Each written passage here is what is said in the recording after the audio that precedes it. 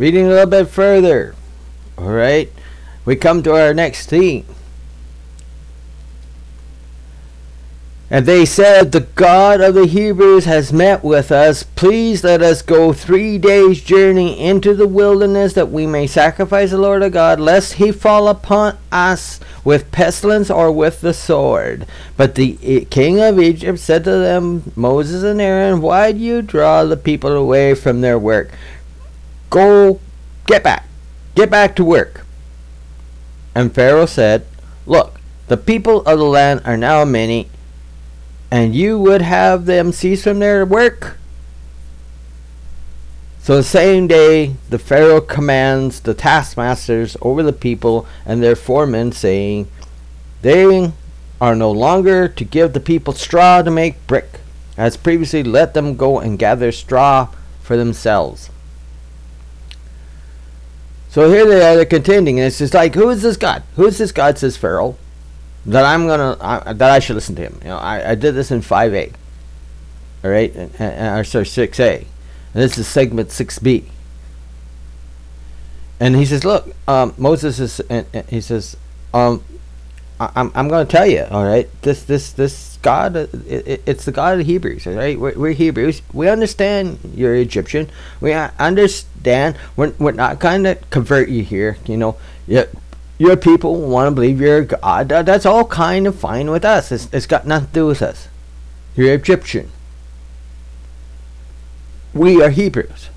We have our own God. We have our own way. We have our own belief systems. We have our feasts. All right. We have our way of doing things. We haven't done it for a long while. And in your belief system, see, he understood, because in the Egyptian belief system, if something started going wrong, then their God was out to get them. But in the Hebrew belief system, which many people think that they thought that their God was out to get them, well, he was out to get them, but not in the sense that the world thinks. Out there to hit them over the head, just to wipe them off the face of the planet.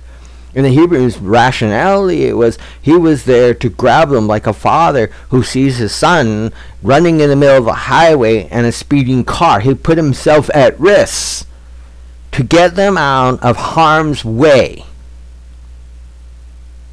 And that is a concept that is as old as Abraham, as old as Isaac, as old as even back to Adam. That their God was out to get them, but not in the sense that the world thinks that they're out to get them, all right, but in the sense that he is trying to save them, he's trying to protect them, even when they were bad boys and didn't deserve to be protected. Daddy was always there. So you have to look at it from the Hebrew perspective, not the Greek. Because in the Greek mindset, there was King Zeus above there, and with his great bolt of lightning, and we still have this idea and concept being taught in Christian churches. We need to let it go. We need to get out of Egypt. We need to leave Greece behind. We need to come back to the land of the promise, where the Messiah rules supreme. They talk about being saved, about salvation. Salvation means being saved. What are you saved from? I got saved from playing in the middle of the road. My daddy reached out and grabbed me just before Sammy took me off the face of this planet and made me look like ketchup halfway down the highway. That is what God does. What are we going to do? What are we going to do, my friends? Here we are. We're standing before Pharaoh, and he says, you know what? He says, Moses, just give us 3 days. We'll go down the highway here. Just 3 days to get away from your people. Just a 3-day journey. We'll be back. Give us just 3 days. That's all we're asking. Note that they're trying to bargain. But what was Pharaoh's attitude? He decides, you know what? Look at these people. They're standing there wondering, is he going to let go? Is he going to let us go? They're there. They want to know. And Pharaoh sees all these Hebrews now in his court. And he's like, look, there's a lot of you guys out there. There's a lot of you. And there could be work to be. Look, I'm building a big city here. I'm building monumentums onto myself. I'm making a carved etched things that in the year 2009 people are gonna come to my country and go, ooh, look at these big fancy pyramids and those sculptures, you know, the Sphinx and all these things, and they'll look, oh man, those guys were the architects and they were the scientists of the time. I'm building a legacy that's going to be through the ends of time. And you know what? You're running on time. And you know what? They're you know, they could be working right now. They shouldn't be here in my court. What are these people doing in my court? Whoo, they stink like sheep. Get them back to work. Oh, bosses, come here. Don't just put them back to work.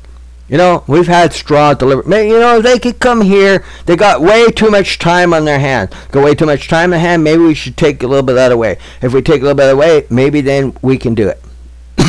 Let's teach them a lesson. Let them go get their own straw. They got so much time in their hand, partying, whatever. They want to do their God thing. Take their time away. Hey, I want you to take a remarkable point of time here with what I just said. When people wanted to take a very special day of rest, whether you're a Sabbatarian or a non-Sabbatarian, I'll let you guys fight it out. But think about it, in your fighting, in your quarreling, while the one guys were going saying we need to do it on Saturday, and the guys were needing to do it on Sunday, did you notice that the stores decided to take the fight and say, yeah, you're right. And the commercial god of building has taken away your holy days, and you don't have a day of rest anymore, and the stores are open 7 days a week, which compels people to work, and they're taking away your straw, your savings, your shelters. You can't afford to lay up anymore to build your places. They've taken away your straw. You have to go get your straw. You have to not only just work to provide for your family now, you also have to work to provide for the work, to provide for your family. And it wasn't in the 50s. In the 50s, it was, you know, a man going out, working on his job, and he could provide for his family. That's all it took. And in the 60s and the 70s, we had the remarkable revolution where women decided we want to have the ability and the choice to be able to do it. I'm not knocking that, but there's a lot of social issues today because of those choices, because mom and dad were both away and the kids were left at home to play. But they took that opportunity and they really encouraged it, and guess what? Now, if mama decides to stay home, it's hard on our finances, because we moved ourselves into different tax brackets. And we didn't gain anything from both partners working. Instead, we've done it, realized we have lost a lot. We've lost a lot in our income. We've lost a lot in our savings. We've lost a lot in our building costs. We've lost a lot in raising our children. That is the biggest sin of all.